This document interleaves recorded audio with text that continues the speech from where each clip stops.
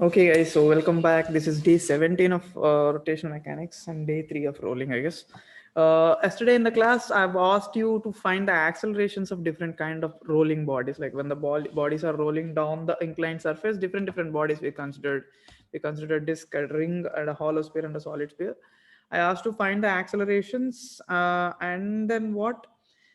We've discussed a few more things. You asked a lot more doubts, so let's just move back to one or two ideas that were discussed in the yesterday's class itself.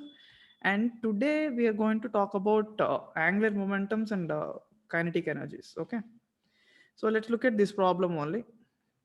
Let us consider that this is a disk, and when I mentioned this is mg sine theta, you immediately told me the value of friction yesterday, right? How much was the friction? mg sin theta by 3, sir. By 3 it came out, right? Mg sine theta by 3. But strictly speaking, if you don't know the friction, what we have to do is we have to consider the torque about the center of mass. Let's just say we don't know how much is the friction. So let's like do the problem normally. Mg sine theta minus F equals to m into A. And when it comes to torque about center of mass, mg sine theta cannot create any torque, but friction can create some torque. So friction into R equals to I alpha. I alpha is nothing but, since it is disk, mr square by 2 into alpha. R cancels each other. R alpha becomes ma by 2. So we have two equations, mg sine theta minus F equals to m. You add them, you get mg sine theta, which is equals to 3ma by 2. So from that, you can find the acceleration as 2g sine theta by 3. You put this acceleration back in this and you will get the friction and all. But guess what? This acceleration comes different for different objects. In the yesterday's video at the end, like we discussed, if only I leave different type of bodies from the top of an inclined surface, different types of bodies. If I have that thing still open, let's look at that. Yeah, we have this thing still open. Like I asked you to find different acceleration. Everyone find the values? Anybody at least?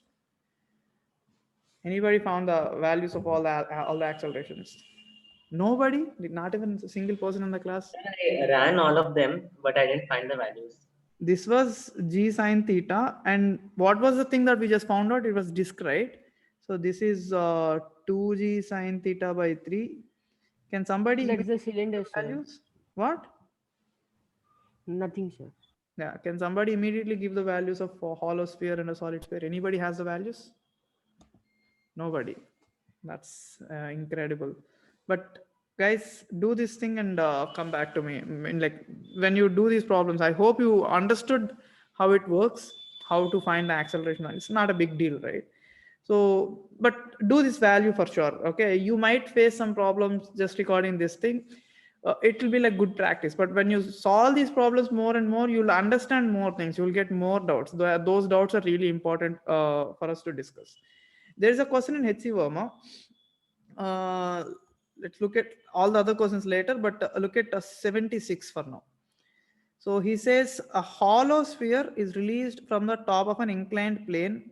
We know that inclined, from top of an inclined plane it was released.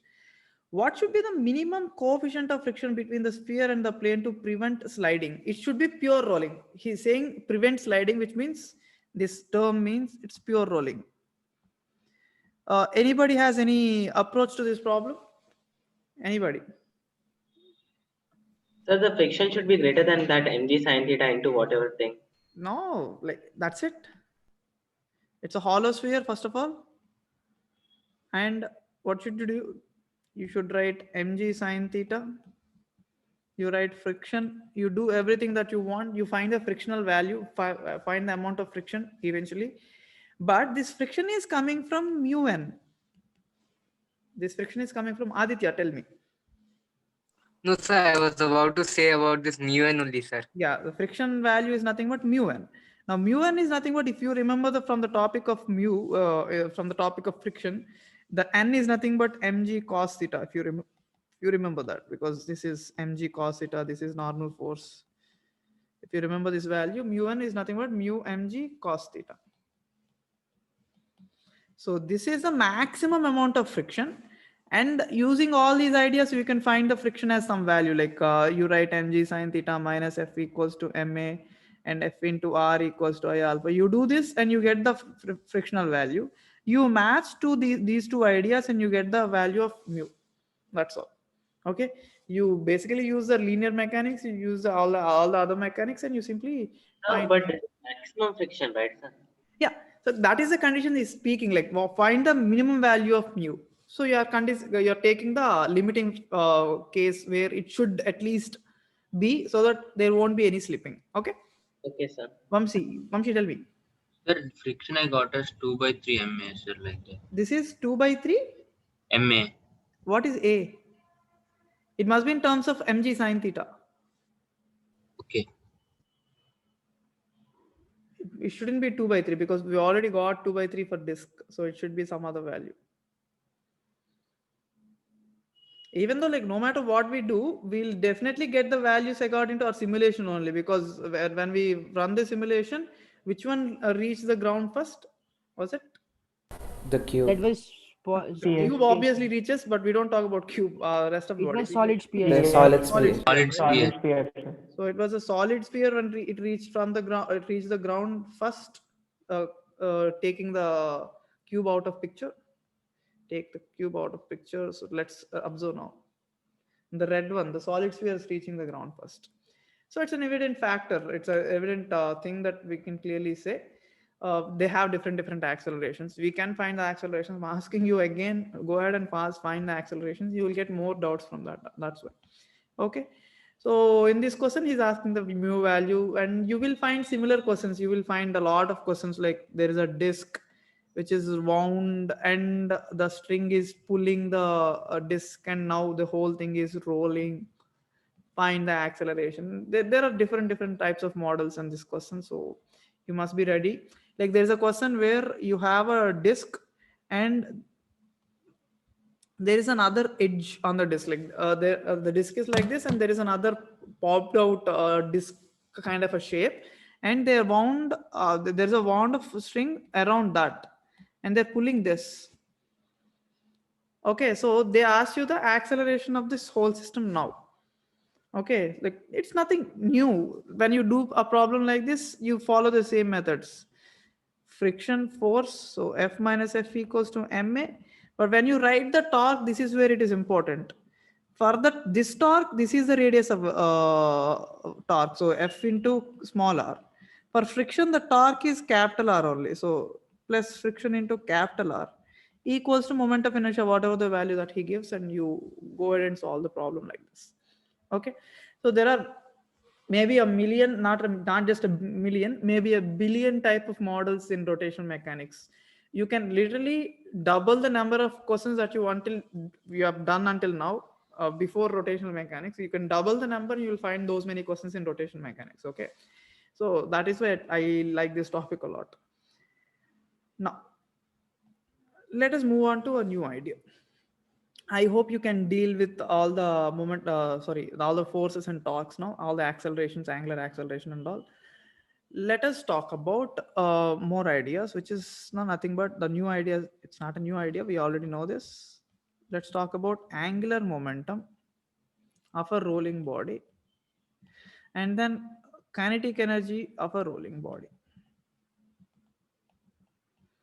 Angular momentum of a rolling body and kinetic energy of a rolling body. What do we know? What do we know about the angular momentum of a body? We've already talked about it. Does anyone remember? How do you write an angular momentum of a body which has a linear velocity and also angular velocity? Does anyone remember? Wow. Jyotsna Reddy, can you go and mute? Yeah, Aditya, speak up. So we used to write like whatever it's in rotation, we used to write like I omega, and whatever is in linear, we used to just multiply its linear momentum with the perpendicular distance. Right. So we used to have. I'm just writing it here. Like there is a body. About which point? Yeah, exactly. There is a body which is From the linear center of velocity mass. v and also angular velocity omega, and I'm taking some random point and I'm asking the angular momentum about this point. There was a way to write it. First of all, you only take the linear momentum of the center of mass m VCM into the perpendicular distance d plus the angular momentum of the body about center of mass. So I center of mass into omega.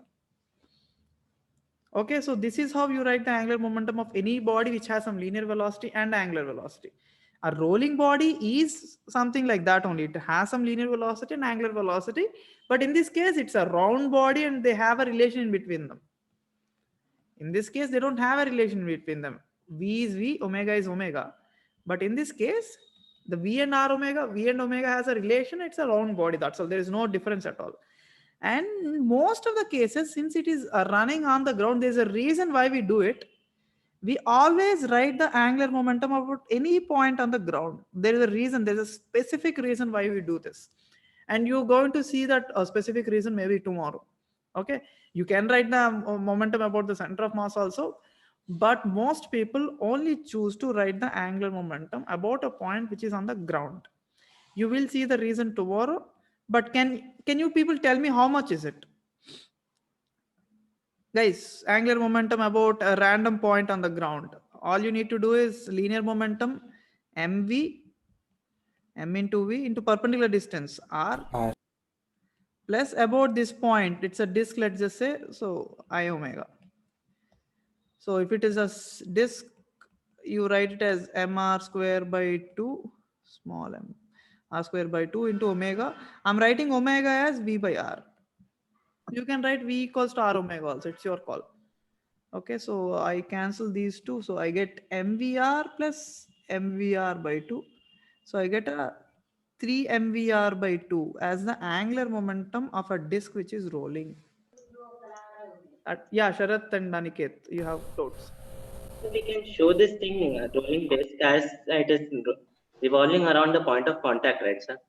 That's why maybe. Yes. I still didn't come to the point that about this point.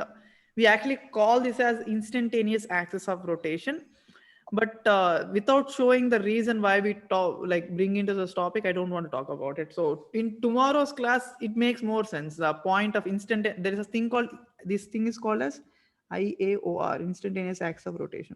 But the purpose you'll get to see tomorrow, so I'm not introducing this today. Let's just stick to the simple ideas for now.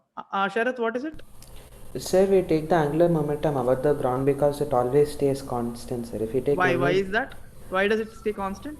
Because the perpendicular distance from the center stays constant, sir. And there is also a more important point. So can I say? Yeah? So it is comparable to as if it is moving around that. No. As if the axis is passing through. I took some random point here. Take that O, it's a random point. It's a complete random point. Like, why do we take about that point? Think about it and you give the answer. You might not give the answer right now, but in tomorrow's topic, it makes a lot of sense. So let's just stick to a point, how to write, that's all. We don't need the angular momentum topic today. Okay, this whole side, the whole left side simply goes to tomorrow. We will talk about it tomorrow, so don't worry about it. Let's only stick to the right side. So how do you write the kinetic energy of a rolling body? We've already talked about it. Whenever a random body is going with V and omega, the kinetic energy is written as half mv square plus half I omega square. That's all, right? The linear kinetic energy and the angular kinetic energy. It's not anything different. The linear kinetic energy and the angular kinetic energy. When a body is rolling, it's exactly the same. When a body is rolling, it's exactly the same. It has some linear kinetic energy, it has some angular kinetic energy, except V and R omega has a relation in between them. It gets easier, right? So let's write the kinetic energy. Kinetic energy equals to half mv square plus half I omega square. So half mv square plus half I is nothing but mr square by 2 for this disk. Let's just consider it as a disk. Anybody? Half mv square plus half m by 2. This r omega square, r square omega square can be written as r omega whole square. So I write it as v square. Excuse me, sir. Yeah. So how do you know that V and R omega are the same ones? The linear velocity and rotational velocity will be same.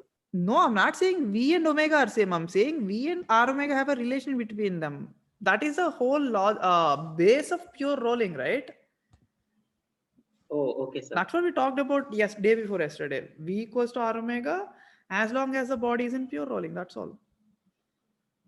Now, so the kinetic energy is written like this. Now, you don't have to remember any of these values. All you need to remember the process that how did we write the angular momentum? We simply wrote mv into r plus I omega. So this is the end point that you need to remember.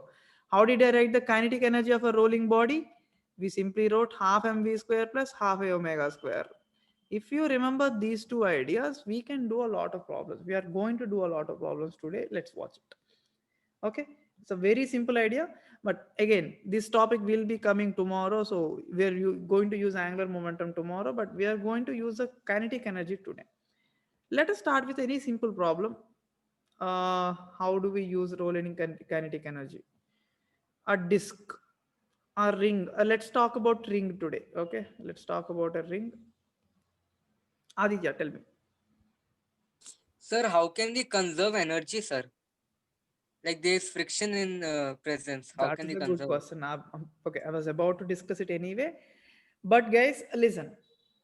We are going to conserve the energy. Let me just go with my flow. Okay, there is a ring which is left on the top of the surface, and it came down to in pure rolling. So it has some V, it has some omega. There was pure rolling. When I say pure rolling, clearly follow what I'm trying to say. When I say pure rolling, where is my disk? My disk is still here. So when I say it is pure rolling, it is purely rolling. There is no sliding in between my hand and this point. My hand in this point, there is no sliding at all. Now, guys, I've always talked about a friction in a very decent manner right from the beginning. Static friction doesn't cause any heat loss. Let us just say my hand and my phone, they have, when I pull it like this, when I pull it to side in the sideward direction, I don't see any energy loss because there is no sliding in between my phone and the hand. So whenever there is sliding, there is heat generated. So the kinetic energy is converted into heat. But there is no sliding. As long as there is no sliding, as long as it is just static friction, the kinetic energy didn't go away. The kinetic energy must be there.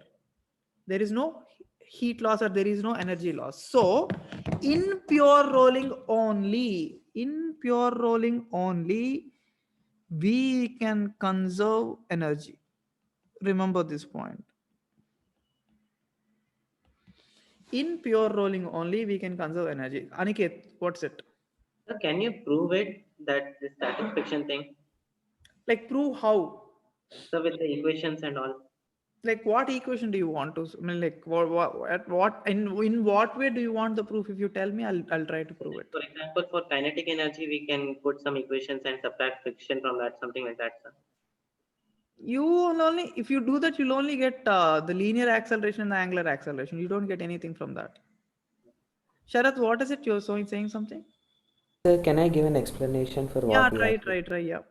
Sir, like whenever this kinetic energy gets converted into heat energy, sir. Whereas for static friction, sir, there's no energy used. So there won't be energy lost. That's what I was trying to say from the beginning. Frictional loss is only there in a problem or in a situation whenever there is sliding. When there is no sliding at all, in what form do you expect the heat to go off? There is no way, there is no path to go for the energy to go in the first place. There is no heat created. And in what form do you expect the energy to go away? It can't, it won't leave the problem, it won't leave the system. That's all. Okay. Aniket, again.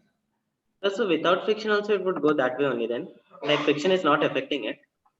I don't get you. So there's no change in kinetic energy, right, sir? So no work is being done. So friction is not affecting this thing. But friction was important so that the body has some angular acceleration. Do you remember? Oh, So okay. without friction, it won't roll. And the static friction is not causing any loss also. So Understood. as long as the body is in pure rolling, we can happily conserve the energy. Point made. Let us try the problem to the point in some problems that we can try. So there is a ring on top of a inclined surface of height h, let us say. It rolled down to the bottom with a linear velocity v and angular velocity omega. So all the potential energy mgh is clearly converted into, if only it was a simple block system, what did we do? All the potential energy mgh was simply converted into all this linear kinetic energy. That's all the linear kinetic energy, there is no energy loss. So we equated these two and we solved the problem. But here, initially we have all the potential energy. Finally, we have half mv square. Along with that, there is half I omega square also. Okay, so I have to equate these two. mgh half mv square plus, since it's a ring, mr square. Omega square can be written as v square by r square. Because why? Because it is pure rolling. We all know v equals to r omega. So in the place of omega, I'm putting v by r here. So MV square it will be, right, sir? what? It will be MV square. Yeah. So half mv square plus half mv square. So it is simply mv square. mgh equals to mv square, cancel. So v equals to simply root gh. So this is the value when you have a ring which is rolling down the ground. When you have a block, do you remember the value v? We used to get as root 2 gh. Now we get the value as root gh only. So you don't get as much as velocity as a block simply sliding down. You clearly see the difference mathematically. We've seen the difference in yesterday's simulation also. The ring was definitely not getting as much as velocity as the block. Okay. Now, I want you people to find this value. There is this, it's not an inclined surface, it's some curvy surface, let's just say. It is a sphere, a solid sphere. Guys, do it quick. A solid sphere, mass m, r, everything is given. When it is at the bottom, find v. Do it quick by your sense and like in your own terms. Do it quick and try to give me an answer. All you need to do is, again, I should mention this, that the whole rolling was pure rolling. I have to mention this. If you get an answer, immediately text or raise your hand and speak.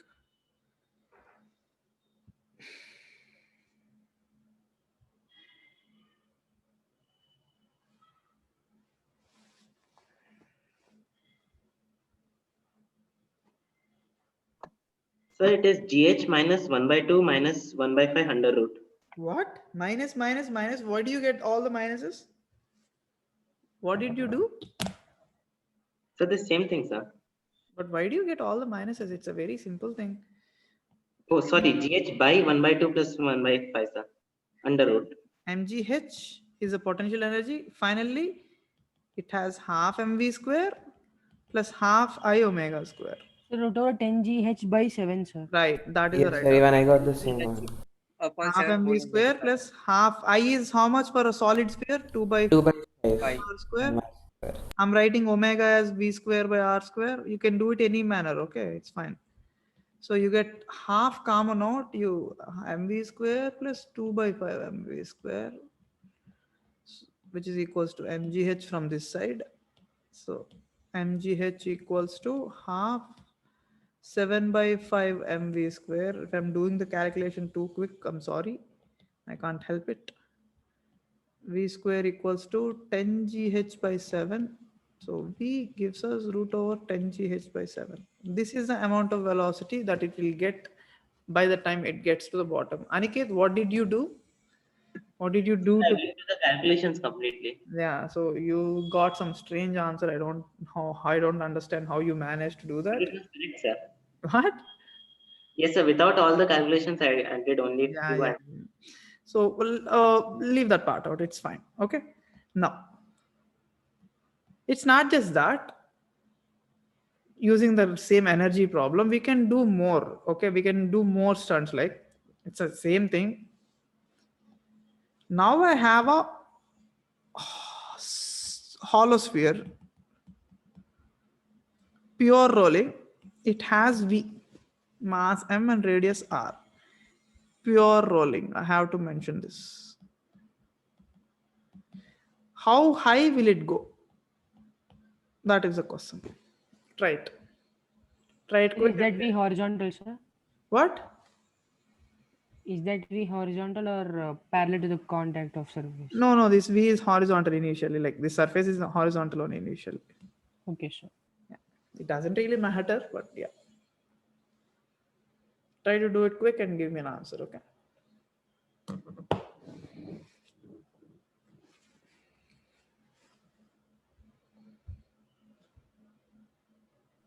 So I got it.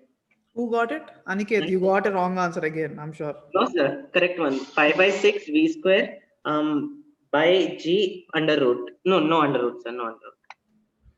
Let's check with the others, okay?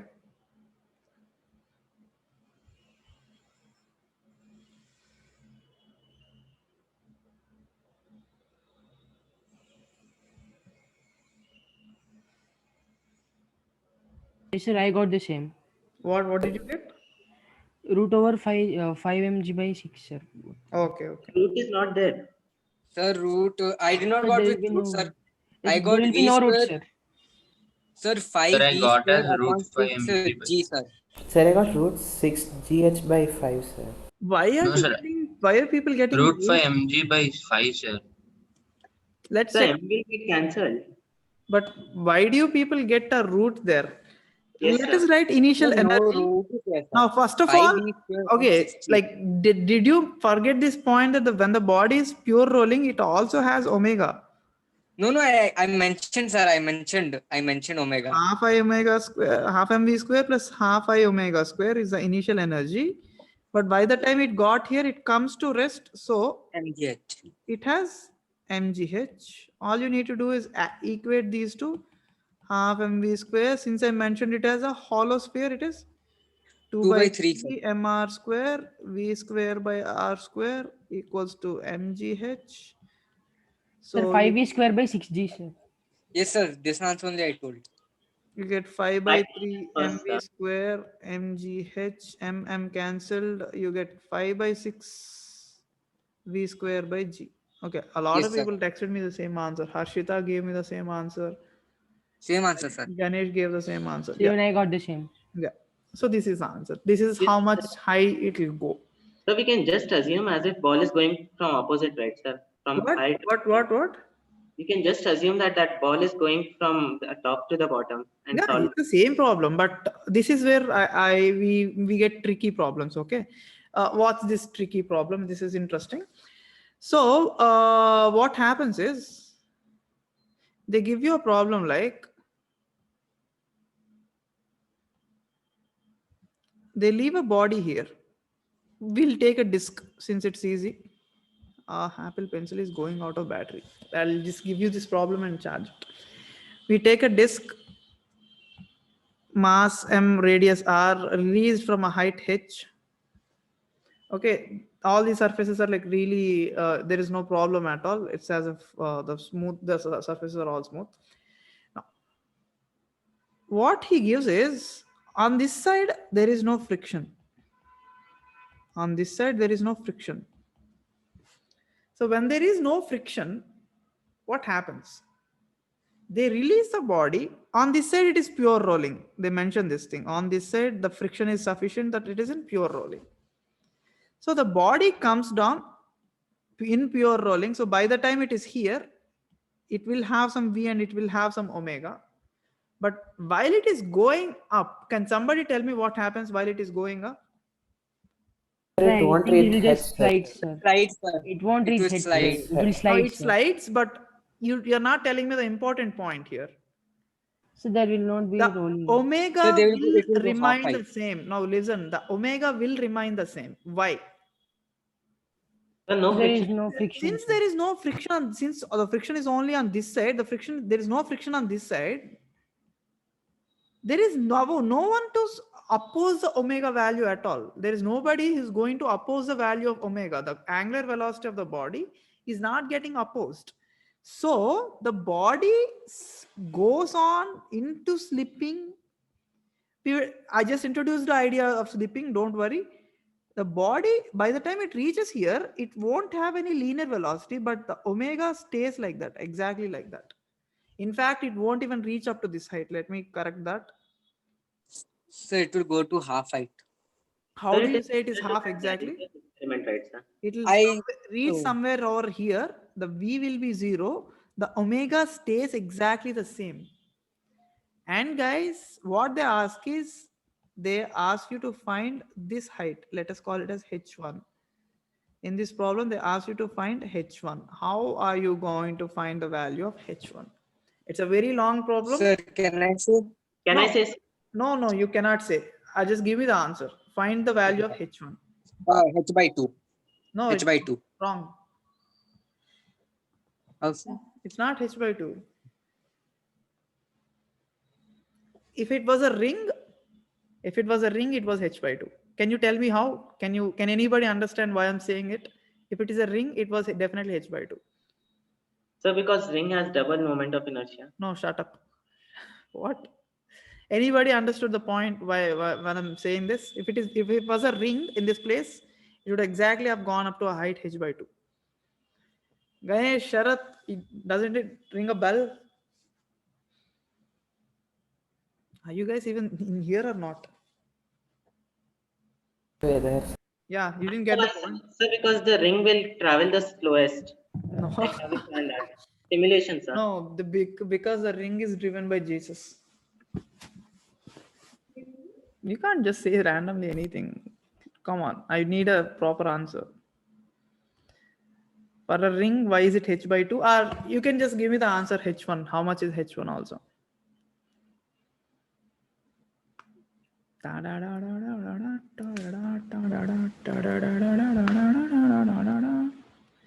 Raghav says the answer H1 is H by 4. Raghav, are you thinking that it is the answer, or did you actually make the calculation and find it? Sir, I'm just What? assuming. No. so 2 by 3 H. I think Aditya is the right answer. I think. Yes, sir. Yeah. But what you need to do is, it's very simple. All you need to write is mgh. Here you write half mv square plus half I omega square. Convert this whole thing into only terms of omega, because you need the value of omega. You can equate these two, and then at this point it only has half I omega square plus mgh1. Basically all the three values are equal. There is no energy loss at all at any point, so you can simply equate all the three energies. From these two equations, find omega, put it here, you can find the value of h1. So that is a method. That is a long method, I'm telling you for sure. But can somebody tell me why, like for a ring, if only I said it was a ring? So why is it a long method? You just have to cancel I omega square, right, sir? Yeah, I'm not, for you people it's a long method, that's all. If it was a ring, if this height is h, it will only get to h by 2 height if the other side is smooth, I mean like no frictional surface. Can somebody tell me why? Sir, I told right, the moment of inertia is double. Shut So up. No. Sir, I know the answer. Can I say? Yeah. Sir, actually, at the end, the velocity will come as under root GH. So while going the half will get cancelled. Sir. No, it's a simple idea. Listen, by the time they're here for a ring, if you remember, it came as half mv square plus half mv square. I mean, like this is half I omega square only, but it came as half mv square. Do you remember that? yes, sir. Yeah. So basically, both the type of kinetic energies are equal. And by the time it is going up again, the rotational kinetic energy is staying, the translation kinetic energy is being lost. So it's like half of the energy is lost. So exactly you can say it is h by 2. Just an intuitional idea. Okay. So there are more problems in this. Like you get a problem like this. I didn't understand. Leave it. Or watch it in the class. I mean, watch it in the recording. You might get some sense about it. Okay. There is this huge bowl of radius r, and there is a ball of radius small r. The ball rolls down to this point. The ball rolls down to this point. So by the time it rolls down, they ask you the value of v or omega. Now, when you do this, you make sure the center of mass's position is only dropped down by this distance. You don't directly put the value total height. You make sure you put only r minus r is the potential energy that is lost. Initially it is at this level. So initially it has mg into r minus r. Now this is the ground level. We can consider this as a ground level, not this. Okay, this is the ground level. At this level, it has half mv square plus half I omega square and all. You can do the problems from this point. Get it? Yes, sir. Right. Now, you can go ahead and solve some problems on rolling kinetic energy now from the DPP and from HC Verma also. I'll show you from HC Verma right here itself. All these problems are these based, like rolling kinetic energy based, all these problems. These get a little difficult, but you can try them if you want. Okay, from this point onwards, they get related to tomorrow's topic a little, but I'm going to introduce you to a small idea today. Okay, so I'll try up to this problem. They're really difficult. Like the last two problems are really difficult. If you don't get it, it's totally fine. We'll discuss on the next day. So if you're done with these problems, the topic is over. Yeah, we're at the end of the rolling motion topic. I mean, rotational mechanics topic. So try them today, but let me introduce you to a new idea, which is called as instantaneous axis of rotation. Instantaneous axis of rotation. Instantaneous axis of rotation. It's nothing new, okay? When the body was rolling, do you remember at some point we can imagine the whole body is actually rotating about this point, the bottommost point? I told you people about this thing. Yes, sir. Yeah. So this point is basically called as IAOR. As long as the system is in pure rolling, that point is always the instantaneous axis of rotation. But like I'll show you how to find the instantaneous axis of rotation also. Like even no matter which body you have the velocities of 2 points, let's say v1, v2, which means this body doesn't just have a linear velocity, it has also angular velocity.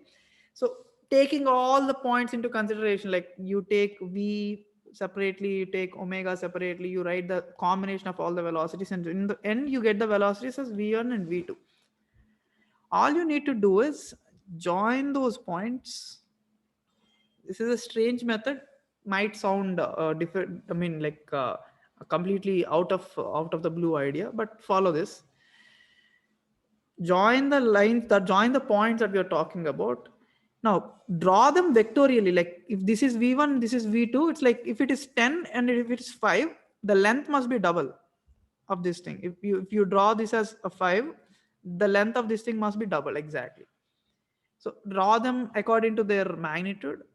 You join their heads and you can say this is the instantaneous axis of rotation. You understand that? You remember this point, no matter what way, like I give you a situation where 2 points have velocities v1 and v2 like this. Can somebody tell me where this instantaneous axis of rotation is? Can somebody tell me? Sir, it's around the center. Inside that body, it should be now. Center, sir, This somewhere. is where the instantaneous axis of rotation comes in. Excuse me, sir. Without drawing, we can't do, sir. It's easier, like it is much easier compared to the original method that you need to follow. Original method is also the same thing. You actually have to intuitionally bring the omega, write this as v plus some r omega, write this as some v minus r omega, and do a lot of things. It's a lot more difficult, but doing this is much easier. Okay. So let's get to this point. Let's get to this problem. Okay. So when a disk is rolling, do you remember the velocities? Like take any 2 points. This was 2v, this was v. Do you remember this? Yes, sir. Yes, sir. So I join those 2 points and I join these two. It exactly passes through this point. So that is why it's called as instantaneous axis of rotation. It is as if when the body is in pure rolling, I know we all consider this as v plus omega about center. But at this instant, at this specific instant, we can actually consider the whole body is just rotating about this point. The whole body is just rotating about this point. We can happily consider it that way. You write angular momentum, consider this point, you'll get it. You write rolling kinetic energy, you'll get it. So all the things are totally, I mean, like happily handled if you consider the instantaneous axis of rotation. So we go ahead and do it and check me about, I mean, like talk to me about if you have any doubts about it. Now this is where the topic gets interesting. Let us consider a body which is just rotating with angular velocity. Just rotating, which means this point has r omega like this. This point has r omega. Can somebody tell me the instantaneous axis of rotation? Center, sir. Center of mass. It's Center. exactly the center. It's not the center of mass. You don't have to say that. It's the center. It is the center of mass, but it doesn't have to be. Okay. So this is clear.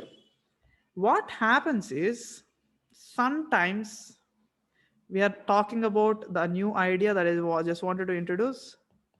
When there is slipping, which means V is not equal to R omega anymore. Maybe V is greater than R omega, or V is less than R omega. We will talk about these cases, but I'll tell you how. In these cases, you know what happens? Since V is greater than R omega, let's just say, the topmost point has some velocity 3v, let's just say. The bottommost point has no zero velocity, it also has some v. The bottommost point also has v. There is sliding for sure. So there is, if there is friction, there is energy loss for sure. In this case, if I join them, and if I join these two, instantaneous axis of rotation comes somewhere else. You can take another case where v is less than r omega. This is some 3v only, but the v is in this direction, the final resultant velocity. So the instantaneous axis of rotation comes somewhere around here, not even at the center, somewhere at random at this point. So when the IOAR is not the point of contact, we talk about the new topic which is called as slipping. And tomorrow we are going to talk about slipping. You don't understand any of it, it's totally fine. You can leave this for now. Just introduction of a new topic, the idea of slipping. But for now, all you need to do is like forget about all the instantaneous axis of rotation if you don't understand Sir, it. can you show this in 3D once, instantaneous axis? I've already checked. I didn't really find any simulations, but tomorrow I will see. Like, don't worry about IOAR today. Okay, you don't have to do a single problem on that. We'll do completely about it tomorrow only. Okay. Okay, sir. Right. Okay, sir. So yeah, any more doubts just regarding today's class? Aditya. So once can I get back to that IAOR one thing IAOR. with the two. Yes, sir. Yeah. When I'm taking the root to V at both the side, I am not getting that same. That is a bit difficult part. thing, sir. Okay, that is a bit difficult part. If you take velocities like this, you're taking these two velocities, right? Yes, sir. Now, in this kind, like all the problems that I've shown you, velocities are parallel to each other or anti-parallel to each other. Did you observe that? Yes, yes. All the velocities are either parallel to each other or anti-parallel to each other. When the velocities are not parallel or anti-parallel, you have a thing to follow. This is not a new thing. This is not a new rule. It's a very simple thing. Let us say I take 2 points. Initially, I used to have V1 and V2 like this. They're parallel to each other. But now I'm taking a case. V1 is like this. V2 is like this. No, not like this. You cannot have V2 like that. V2 is like this, let's just say. Okay. Anika, Aditya, are you here? Yes, sir. I'm here. I'm Yeah. So in this case, you join the line. You take the components perpendicular to the line. So it's like if this is theta, v1 sine theta, let's call this as theta 1, let's call this as theta 2, v2 sine theta 2. You only take these two components and join them, then only you'll get the instantaneous axis of rotation. But I'm not done yet. It is very, very important that v1 cos theta 1 and v2 cos theta 2 must be equal to each other. Why? Why, sir? Constraint relation. If these two are not equal, it's a solid body. How can they have Okay. relative Yes, sir. velocity Yeah, in we between get them? this start. You get the point? How can Yes, the sir. Yes, sir. points, 2 points, have a relative velocity in between them along the line joining them? The body must either expand or compress. It's not happening. So that is why v1 cos theta 1 and v2 cos theta 2 must be equal. And you only take the perpendicular components to find the instantaneous axis of rotation. Try to apply the same thing here. The direction is also should be same, sir, of cos theta component. Yeah, for sure. The directions also must That's be. why it's not getting there. Yeah, otherwise it will expand, right? The body shouldn't expand. Yes, sir. So you try to do that, you'll get that. That points I'm not getting in Yeah. Try to root do that. v1. You're not getting because it will expand. Yeah. So we are clear about that. Can we close the topic for today? So one small doubt. Yeah, tell me. That rolling one which you drew the instantaneous axis of rotation, once can you draw? I have small doubt in that. Where are we? Pure rolling. Are you talking about pure rolling or sliding, slipping? Pure rolling, sir. Pure rolling. Yeah. Here, right. So is it like if you consider XYZ axis, is it around the Z axis? The axis. Achha, Yes, you're sir. talking about the instantaneous axis of rotation. So you're talking about this axis. Yes, sir. Yeah, it is about Z axis. Yes. So if only this is X axis and this is Y axis, the instantaneous axis of rotation is Z axis. Yes, that's a good question. So, if you draw, can you just draw it once, sir? I'll try to show it in the 3D tomorrow. Okay. So because when you draw it, it's like it's along X equal to Y line. No. Tomorrow I'll show it in 3D. Like I'll prepare it and I'll show it to you. It will make more sense to you. Okay. Yeah. So that's it, guys. Thanks so much for another confusing session, maybe. But watch it again. It will make more sense. I'll try to post this video as soon as possible in the group. All right. Thanks so much and bye-bye. Thank you, sir. Thank you, sir. Thank you. Thank you, sir.